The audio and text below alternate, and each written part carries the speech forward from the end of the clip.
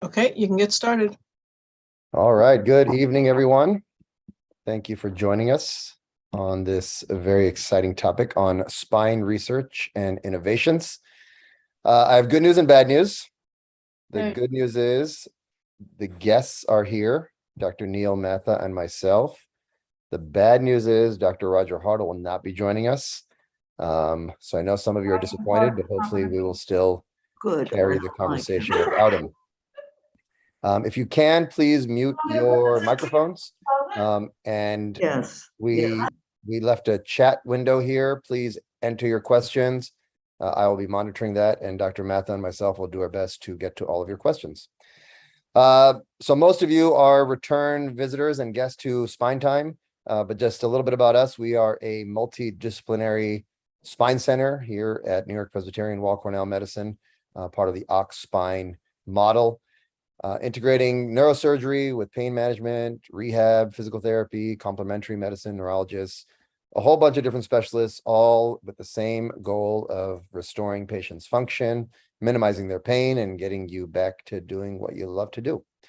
So a little bit about us. My guest today is Dr. Neel Mehta. He is the medical director of pain management here at Weill Cornell. And me, I'm Ricky Singh, Director of Interventional Spine in our Department of Rehabilitation Medicine. So let's talk about research and innovations. Fantastic. Well, for much of our audience, we feel like we've been with you for the past couple of years, and you've been so great about tuning in every 2 weeks for our discussion. And we always brainstorm about what different things we can talk about, but we never really discussed our research and what we offer here. We'll give you a little sampling of, but also what's really the benefit. And I think sometimes we overlook just the reasons why research can be so useful. And to start with, I think for our patients, the reasons to join a research study is, number one, we obviously want to answer a clinical or scientific question. And we believe the only way to definitively do that is through some sort of research study. And we'll get into that in a moment as to what different types are out there. But the idea is that we take people and we do a study and we then go on to publish that, hopefully, and use it to advance the field, both in pain treatments, what works, what doesn't work. And certainly, Ricky, you and I have been practicing a while now, and I feel like we've changed some of the things we've done just from a decade ago because of research that we've either done ourselves or things that we've read about in the literature. So some of the research can be with healthy volunteers because we need a control group or someone to compare to. And then obviously, even our patients can help advance the field. And then for our patients, there are some other advantages. You certainly, besides helping your fellow human beings, you possibly receive treatments that may not be available to the general public yet. For example, things that don't quite have FDA approval and things that may be expensive that have funding. And we'll talk about funding in just a moment. And the other really key thing that I've learned over the time is that research studies require closer attention. And you can almost say that it goes above and beyond the usual type of care that we provide. And you get additional people involved, like research assistants who are more focused on what you're experiencing.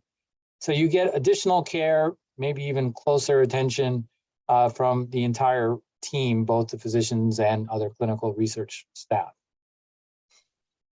I totally agree with you. I think, when I came to Weill Cornell back in 2011-12, I did not have much of a research background. When I went to medical school at George Washington in DC, it wasn't a research heavy program. So my experience was pretty limited. But to your point about the different types of research designs, the first one is prospective, meaning we like to see how patients do over a certain period of time. And you were saying, the patients who enroll in clinical trials get more attention. I couldn't agree more. A lot of times we do epidural injections or ablations or joint injections, and we wait for patients to come back and see us to let us know if it helped or not. Sometimes we don't hear from patients for years, and that's great. And they come back and say, doc, it never worked.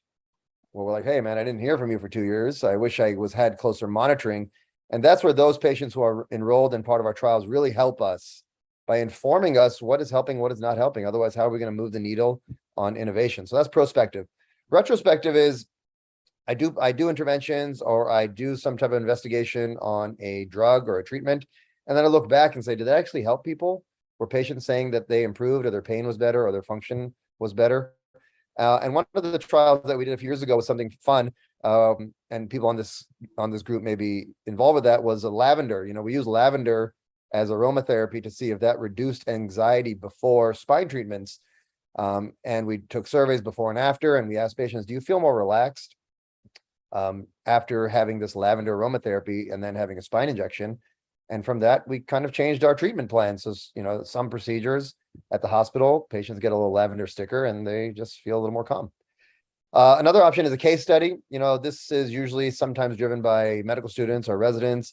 They find something different or interesting, something that we don't see regularly. We like to publish that. And the reason to do that is to inform our larger community of pain practitioners. Hey, this is something interesting we found in our center. Take a look and read about it. But the gold standard is these randomized controlled trials. And this is really how we move the level of evidence in the literature on new innovation. So Dr. Mehta has been involved with many of these clinical trials that involve different devices where patients are randomized. Either they get the treatment, which is the experiment, or they get a controlled treatment, which is the not experiment, the control group. And then you really compare how those two groups of people do. And that's the highest level. Sometimes they're double blinded, which means not only does the patient not know what treatment they got, but the person who is assessing the data and the outcomes also doesn't know. So it's double blinded. So these are just some examples of the different types of studies that are ongoing here at our center. Yeah, I always found that term blinded really funny. I had hoped that we do these things with our eyes wide open, but clearly that it's got a different connotation here. The other thing I think that's really interesting to talk about in pain specific studies is that how do you do something with placebo? Placebo can be challenging because one, patients are experiencing pain and they don't necessarily want to get something that's going to be placebo. So that's a hard thing. But even when we tell patients that there's a chance that you're going to get placebo or you are getting a placebo, they still may show benefit. And that's the power of pain treatment and the mind and natural endorphins. Even 30% would even get benefit at that point. And that sometimes makes it really hard to do these studies, but it doesn't mean that they shouldn't be done. So in terms of research funding, there comes a few different ways. Number one, when we do what Ricky talked about, case reports or case series, those are our own kind of clinical practice. We find something interesting, maybe it's one patient that's got a really different perspective, and we kind of take the time out of our practice to write that up and author that. But those levels of evidence are really basic, meaning you don't know if that's going to extrapolate out to the entire population. So you need bigger studies like the randomized control trials, but they can be really labor intensive, a lot of resources. Sometimes the therapies aren't covered by insurance, so we need something to pay for that. And that comes a few different ways. So most important is probably the government, NIH, National Institute of Health, and various other institutions get involved where you petition and you submit your application as to what your study design is, or they may say, we're interested in studying this and we need centers to help with that. Cornell is very much involved with that. And I'll share one of our NIH studies in just a moment.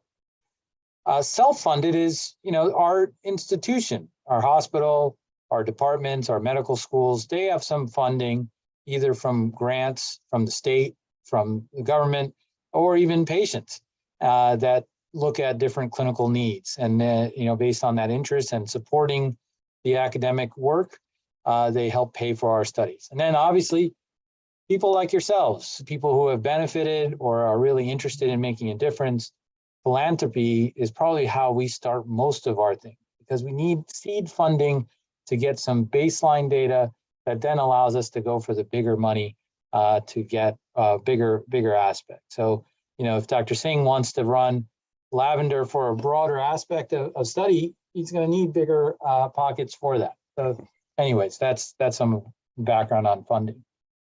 And going along those lines, some of the studies that we're involved with, one of them is related to stem cells, either bone marrow derived or adipose. And how this all started was there were small case studies and interest in the societies talking about stem cells benefiting arthritis.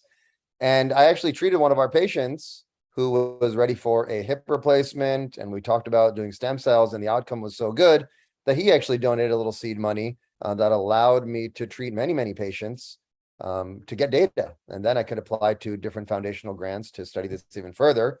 And luckily that was funded, and now I can continue this trial because there's a lot of docs and practices out there doing stem cells with not much science. So we really wanted to keep this scientific. So this is two of the studies that we do, bone marrow derived stem cells for arthritis and adipose stem cells for tendon issues and tendinopathy. So we work closely with the chief of plastic surgery here to harvest that adipose. It's like a little liposuction. It's not cosmetic, so don't get excited, but just a little bit to harvest those stem cells. We also are trying to be on the front line in terms of technology and wearables. So we partnered with this company, Aura Ring, who's based out in California. And basically, this is one of these wearables that tracks your sleep, your heart rate, your temperature. It really got popular during COVID when a lot of the athletes were getting these rings at the NBA and baseball to make sure they had no fever so they could be cleared to play. But we are working with them to track patients' function after we do certain ablation techniques, whether it's ablation for knee arthritis or for the spine pain or even spinal cord stimulator, that we will work together with Neel's group, Dr. Mehta's group. And just some things that we see a lot of we see a lot of patients come in who fly a lot or frequent flyers and they get neck pain. So we're trying to study, are there devices that help with neck pain, or are there seats or different posture apparatuses that can reduce the incidence of things? And again, these are just clinical questions that come up in our practice, and you as the patients really help serve as getting the data so we can make changes in our patients' lives. Just some ideas of what we're doing in rehab medicine. Yeah, I think those are all really exciting. And one of the great things about research is some of these things can be done pretty quickly. So you'll have answers fast on that. In a similar fashion, we do research in different interests, and it often is based on questions that come up or interests of the faculty. One of the broad things that we do with one of my colleagues, Dr. Wicken, she works on outcomes registry. Really, how do we create more robust data capture, both from all the clinical visits that we do and procedures, both before and after visits, and over time be able to track how each individual is doing, and how does a broader population, do from specific treatment. So as you have more visits with us, we get more data. We're constantly refining how we do that, both through electronic questionnaires, how we enter data in the visit, and now we're working on using some apps to further enhance that. One of the other things that I was really excited about, we used spinal cord stimulation here for the treatment of diabetic neuropathy or severe burning pain of the feet. And that work led to FDA approval for that therapy so it can be applied more broadly. So there were a few centers across the country, and we had some really exciting data and some really remarkable results that led to a change in treatment. New diagnostics. So we are working with a startup company using a brain helmet that you wear, looks at brain waves and tries to calculate and assess how much pain somebody is in to help quantify it, more than just asking responses, because I'm sure Ricky can attest to it, that we ask our patients how much pain they're in and we get really wide variation in answers. We have some studies on spinal stenosis that I'll talk about in a moment. And just we're about to start for both cervical and lumbar radiculopathy, the use of CBD, the variation of marijuana for the treatment of that type of pain. Hopefully we'll start enrolling that very soon. Some studies that I'm working on personally, This is an NIH study looking at knee arthritis treatments, two parts to it. First part being physical therapy and some medication choices like duloxetine or Cymbalta. And then a second phase looking at injection, something called genicular nerve ablation, which looks at the nerves around the knee, or gel injections there. And the main criteria is that you have knee pain and you've not had a prior knee surgery. Another startup that we work with out of Sweden with the university there, this is using artificial intelligence. You enter in data in an app for 2 weeks, and then it starts to be able to predict based on questions that you pose. You know, how much pain will I be in if I go for a run tomorrow? Or if I take it easy this weekend, will the following week be better in terms of pain? So again, broad-based questions that we're trying to answer with these types of technologies. And then finally, two studies that we're working with Boston Scientific on. One is use of a spacer in between the bones for those that have moderate levels of spinal stenosis that have not undergone surgery before. This is a way to kind of track more robust data for the next 5 years after treatment in something that we're already doing in our routine practice. And then finally, the SOLACE study, which is the use of spinal cord stimulation for primarily back pain in those that have not undergone surgery before. So this is something that we're really interested in. It involves a very easy procedure to do, where an implanted device is trialed for about a week. And then after assessing whether it was helpful, it can be implanted more permanently.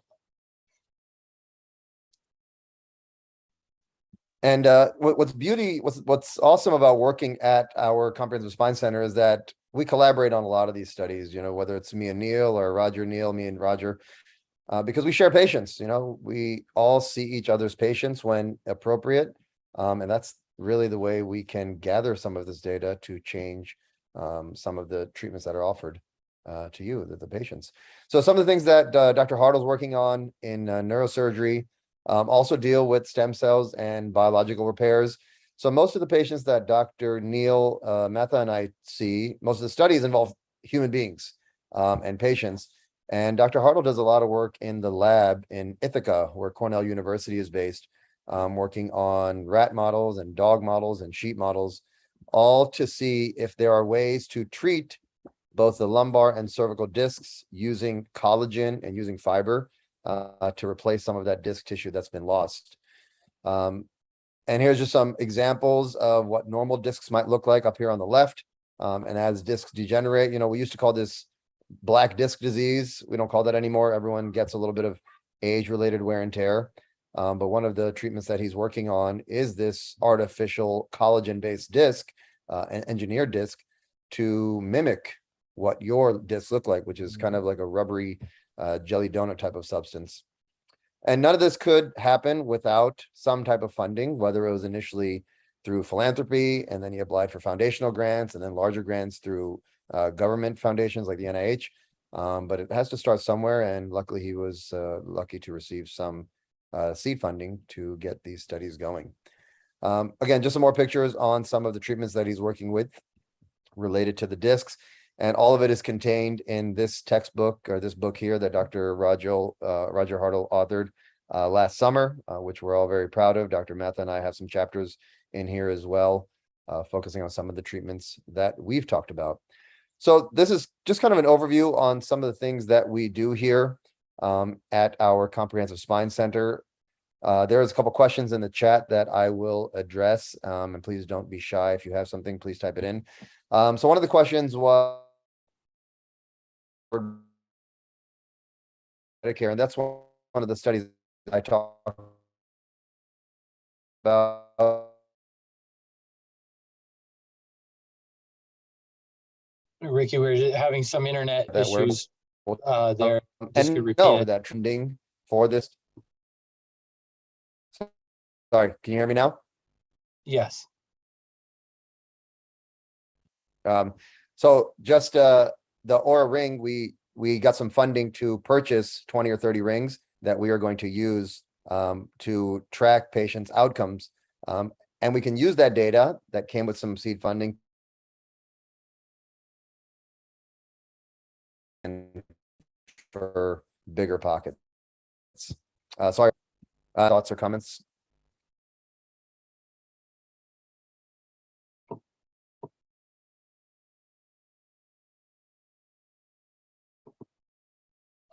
We there? Can anybody hear me? I think your audio was going in and out, but I think the gist of it was that you had a pilot study and you got some funding for 30 of these and you're hoping to be able to expand that.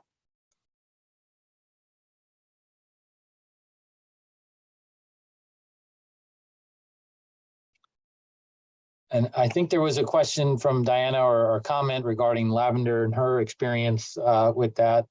Certainly, certain scents can be great to some people, and to others it can be an irritant. So certainly that his point is well taken.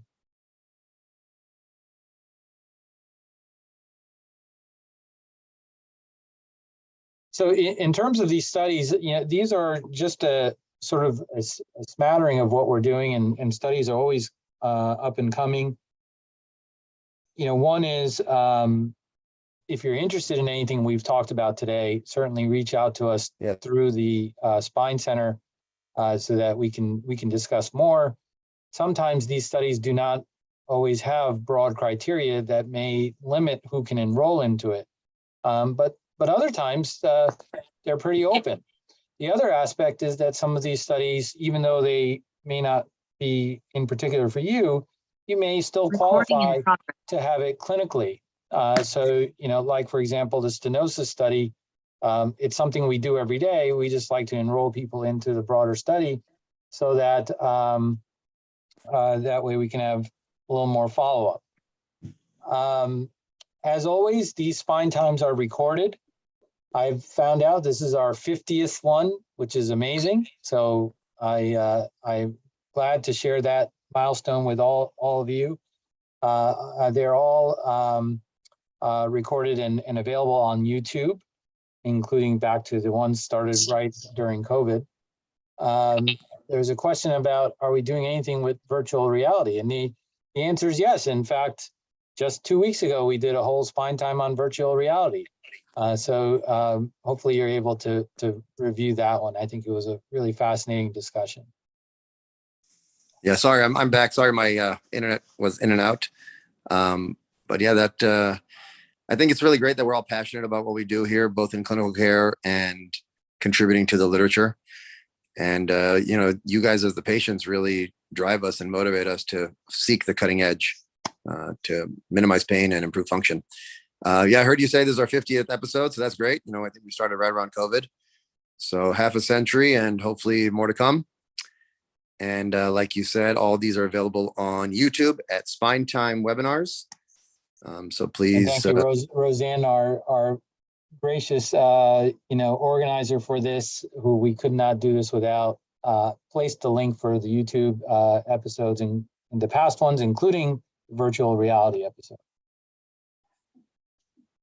Yep, that's right there in the chat window. Well, great. Thank you, Neel, for sharing your expertise on the topic and some of the studies that you're involved in. If you guys are, the patients out there listening, are interested and think they might be a candidate, please reach out to us and we can assess if they're included or excluded. And thank you for joining us all on Spine Time, 50th episode. Take care, everyone, and have a great night. Thank you.